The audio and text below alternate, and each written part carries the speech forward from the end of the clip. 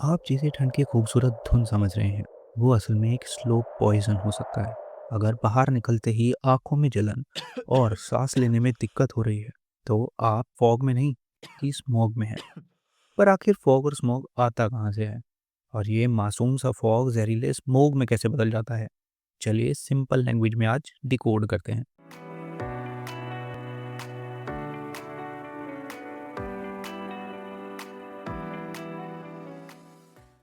सबसे पहले फॉग क्या होता है? तो फॉग असल में एक बादल ही है जो ज़मीन पे उतर आया है।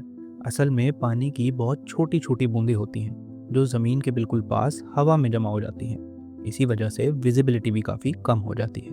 फॉग रेंडमली ही नहीं बन जाता, इसके लिए तीन बेसिक इंग्रेडिएंट्स चाहिए। सबसे पहला होता है मॉइस्चर, दूसरा होता है ड्यू पॉइंट। अब ड्यू पॉइंट का राज छुपा है रिलेटिव ह्यूमिडिटी में।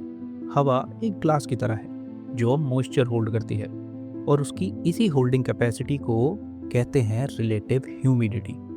और जब ये 100% रीच करती है, यानी कि अब और पानी होल्ड नहीं कर सकती, उस पॉइंट को कहते हैं ड्यू पॉइंट, और वहाँ कंडेंसेशन स्टार्ट हो जाता है। तीसरी इंग्रेडिएंट होता है हमारा कोल्ड नाइट्स या फिर कोल्ड एयर, जो कि ज़मीन को ठंडा कर देती हैं रात के वक्त। और फिर वही कूलिंग हवा की कैरिंग कैपेसिटी को कम कर देती है, रिलेटिव ह्यूमिडिटी को 100% पहुंचा देती है और फॉग फॉर्मेशन को ट्रिगर करती है। अब आते हैं स्मोक पर। स्मोक कोई नेचुरल चीज़ नहीं है। स्मोक बनता है स्मोक और हार्मफुल पॉल्यूटेंट से, जैसे व्हीकल्स का स्मोक, इंडस्ट्रीज, कंस्ट्रक्शन डस्ट और क्रॉप बर्निंग। इसीलिए स्मोक आंखों में जलन और सांस लेने में दिक्कत पैदा करता है।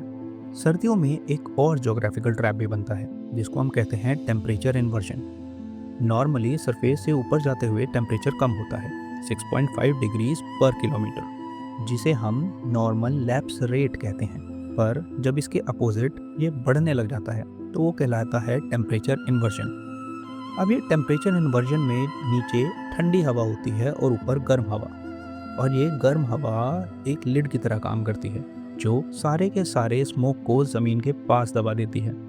अब स्मोक सिर्फ एक प्रकार का नहीं होता, स्मोक भी कई प्रकार का होता है, जिसमें दो सबसे इम्पॉर्टेंट हैं। सबसे पहला होता है industrial smoke. Industrial smoke industries की वजह से बनता है।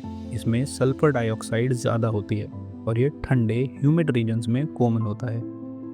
वहीं दूसरा होता है फोटोकेमिकल स्मोक। फोटोकेमिकल स्मोक तब बनता है जब सनलाइट नाइट्रोजन ऑक्साइड्स पर रिएक्ट करती है।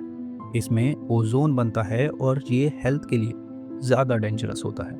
इंडिया की सिटीज़ में ये टाइप ज़्यादा कॉमन है। अगर हम फॉग और स्मोक के इफ़ेक्ट्स की बात करें तो फॉग का सबसे बड़ा इफेक्ट विजिबिलिटी पर होता है। रोड एक्सीडेंट्स बढ़ जाते हैं, ट्रेन्स और फ्लाइट्स डिले होती हैं और डेली रूटीन स्लो हो जाता है। लेकिन फॉग जनरल हेल्थ के लिए डेंजरस नहीं होता।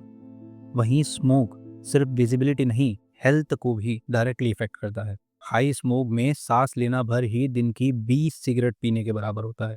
आंखों में जलन, ब्रीदिंग प्रॉब्लम्स, कफ, अस्थमा और हार्ट रिलेटेड इश्यूज बढ़ जाते हैं। स्मोक से बचने के लिए सबसे पहली चीज़ है अवेयरनेस।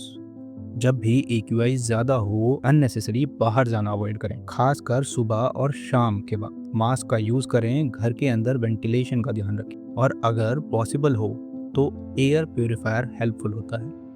लॉन्ग टर्म सॉल्यूशंस तभी पॉसिबल हैं जब हम पॉल्यूशन को सीरियसली लें और हमारी गवर्नमेंट्स पॉल्यूशन के लिए सीरियसली काम करें। सिर्फ विंटर्स का इशू समझकर इग्नोर ना करें।